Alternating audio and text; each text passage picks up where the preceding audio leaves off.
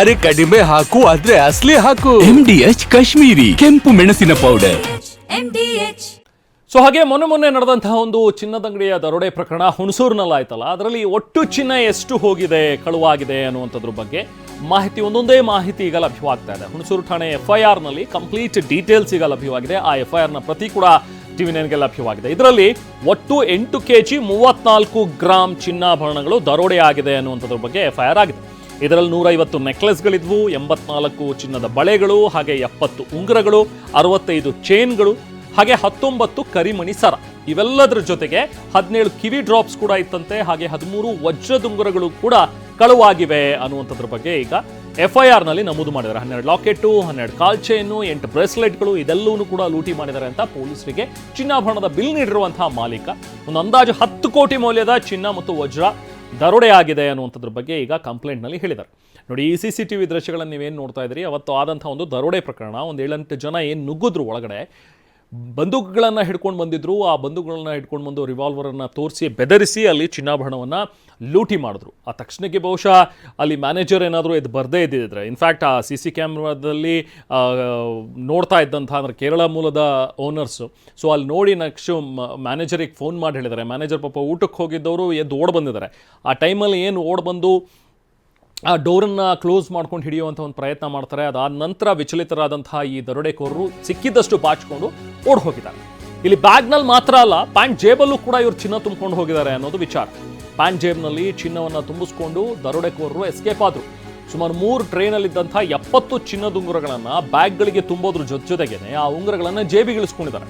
ಆ ಉಂಗುರಗಳನ್ನು ಹಿಡಿಯಾಗಿ ಹಿಡ್ಕೊಂಡು ಜೇಬಿಗೆ ತುಂಬಿಕೊಂಡು ಇನ್ನಷ್ಟು ಟ್ರೇ ಓಪನ್ ಮಾಡಿಸುವಾಗ ಮ್ಯಾನೇಜರ್ ಎಂಟ್ರಿ ಆಗಿರೋದು. ಸೊ ನೋಡಿ, ಆ ವಿಜುವಲ್ಸ್ ನಿಮಗೆ ಈಗ ತೋರಿಸ್ತಾ ಇದ್ದೀವಿ ನೋಡಿ. ನಮಗೆ ಆ ಟ್ರೈನಲ್ಲಿರುವಂಥ ಒಂದು ಚಿನ್ನದ ಒಂದು ಉಂಗುರಗಳು, ಅದನ್ನು ಆತ ರೆಡ್ ಕಲರ್ ಕ್ಯಾಪ್ ಹಾಕ್ಕೊಂಡು ನಿಂತಿರುವಂಥ ಆತ, ದರೋಡೆಕೋರ ಆತ, ಅವನು ಈ ಟ್ರೈನಲ್ಲಿರುವಂಥ ಎಲ್ಲ ಉಂಗುರಗಳನ್ನು ಎತ್ಕೋತಾನೆ ನೋಡಿ. ಅಲ್ಲಿ ಎತ್ಕೊಂಡು ಅದನ್ನು ಜೇಬಿಗೆ ಇಳಿಸ್ತಾನೆ. ಜೇಬಿಗೆ ಹಾಕ್ಕೊಂಡ ಮೇಲೆ ಇನ್ನೂ ಕೂಡ ಇನ್ನೊಂದಷ್ಟು ಟ್ರೇಗಳನ್ನು ತೆಗಿತಾನೆ, ಓಪನ್ ಮಾಡ್ತಾನೆ. ಅದನ್ನು ಓಪನ್ ಮಾಡಿ ಅದರೊಳಗಿರುವಂತಹ ಚಿನ್ನಾಭರಣಗಳನ್ನೆಲ್ಲ ದೋಚುವ ಸಂದರ್ಭದಲ್ಲಿ ಅಲ್ಲಿ ಆ ಮ್ಯಾನೇಜರ್ ಎಂಟ್ರಿ ಆಗ್ತಾನೆ. ಆ ಮ್ಯಾನೇಜರ್ ಎಂಟ್ರಿ ಆಗಿದ್ದಕ್ಕೆ ವಿಚಲಿತರಾದಂಥ ಈ ದರೋಡೆಕೋರರು, ಇನ್ನು ಈತ ಹೊರಗಡೆ ಹೋಗಿ ಕೂಗ್ತಾನೆ, ಜನ ಎಲ್ಲ ಸೇರ್ತಾರೆ, ಪೊಲೀಸರೆಲ್ಲ ಬಂದುಬಿಡ್ತಾರೆ, ರೆಡಿ ಹೋಗೋಣ ಅಂತ ಹೇಳ್ಬಿಟ್ಟು ಅಲ್ಲಿಂದ ಇವರು ಕಾಲ್ ಕಿತ್ತಿರೋದು. ಸೊ ಇದು ಹುಣಸೂರು ಪ್ರಕರಣದಲ್ಲಿ ಆಗಿರುವಂಥ ಕೆಲವೊಂದಷ್ಟು ಡೀಟೇಲ್ಸ್.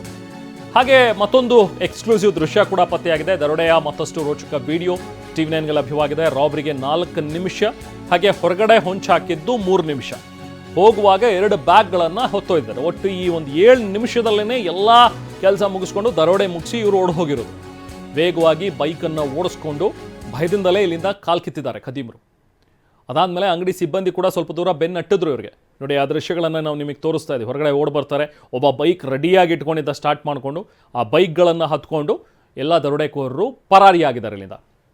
ನಾವು ಪ್ರತಿನಿಧಿ ರಾಮ್ ನಮ್ಮ ಜೊತೆಗೆ ಜಾಯ್ನ್ ಆಗಿದ್ರೆ ಮಾತಾಡೋಣ. ರಾಮ್, ಈಗ ಈ ದರೋಡೆ ಪ್ರಕರಣಕ್ಕೆ ಸಂಬಂಧಪಟ್ಟಂತೆ ಗೊತ್ತಾಗ್ತಾ ಇರುವಂತಹ ಮತ್ತಷ್ಟು ಡೀಟೇಲ್ಸ್, ಬರೀ 7 ನಿಮಿಷದಲ್ಲಿ ತಮ್ಮ ಕೈ ಚಳಕ ತೋರಿಸಿ ದರೋಡೆ ಮಾಡ್ಕೊಂಡು ಇವರು ಪರಾರಿಯಾಗಿದ್ದಾರೆ. ಅದು ಹಾಡಹಗಲೆ ಅಂತ ಹೇಳಿದ್ರೆ ಇವರು ಬಹಳ ಧೈರ್ಯವಂತರು ಅನ್ನುವಂಥದ್ದಲ್ಲ. ಈ ಬಂಡೆ ಧೈರ್ಯ ಅಲ್ಲಿ ಹೋಗುವಾಗ ಭಯಭೀತರಾಗಿ ಓಡ್ ಹೋಗಿದ್ದಾರೆ. ಈ ಪ್ರಕರಣದಲ್ಲಿ ಏನಾದರೂ ಮತ್ತಷ್ಟು ಡೆವಲಪ್ಮೆಂಟ್ಸ್ ಆಗಿದೆಯಾ ಈಗ ರಾಮ್? ಪೊಲೀಸರೇನಾದರೂ ಗುರುತು ಪತ್ತೆ ಆಗಿದೆಯಾ? ಇವ್ರು ಎಲ್ಲಿದ್ದಾರೆ, ಏನು ಕತೆ, ಏನಾದರೂ ಹಿಡಿಯೋದ್ರ ಬಗ್ಗೆ ಮತ್ತಷ್ಟು ಏನಾದರೂ ಡೆವಲಪ್ಮೆಂಟ್ ಆಗಿರೋದು ಈ ಬಗ್ಗೆ ರಾಮ್? ರೆಹಮಾನ್, ಮೈಸೂರು ಜಿಲ್ಲೆ ಹುಣಸೂರು ನಗರದ ಹೃದಯ ಭಾಗದಲ್ಲೇ ಮಧ್ಯಾಹ್ನ ಈ ಒಂದು ದರೋಡೆ ನಡೆದಿತ್ತು. ಅದಾದ ನಂತರ ಸಾಕಷ್ಟು ವಿಜುವಲ್ಗಳು TV9ಗೆ ಲಭ್ಯವಾಗಿತ್ತು. ಇದೀಗ ಹೊಸ ವಿಡಿಯೋಗಳು ಅಲ್ಲಿ ಲಭ್ಯವಾಗಿದ್ದಾವೆ. ಅದು ನಿಜಕ್ಕೂ ಎಲ್ಲರನ್ನೂ ಸಹ ಬೆಚ್ಚಿ ಬೀಳಿಸುವಂತಹ ವಿಡಿಯೋಗಳು.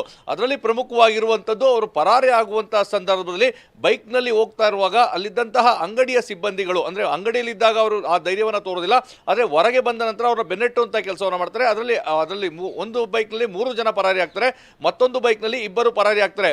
ಪರಾರಿಯಾಗುವಂಥ ವೇಳೆ ಬೆನ್ನಟ್ಟಿದವರ ಕಡೆಗೆ ಅವ್ರು ಗುಂಡು ಹಾರಿಸುವಂತಹ ದೃಶ್ಯ ಸಹ TV9ಗೆ ಲಭ್ಯವಾಗಿದೆ. ಒಂದು ವೇಳೆ ಆ ಗುಂಡು ಯಾರಿಗಾರು ತಗಲಿದ್ರೆ ಖಂಡಿತವಾಗಿಯೂ ಪ್ರಾಣಾಪಾಯಕ್ಕೆ ಸಂಭವಿಸ್ತಾ ಇತ್ತು.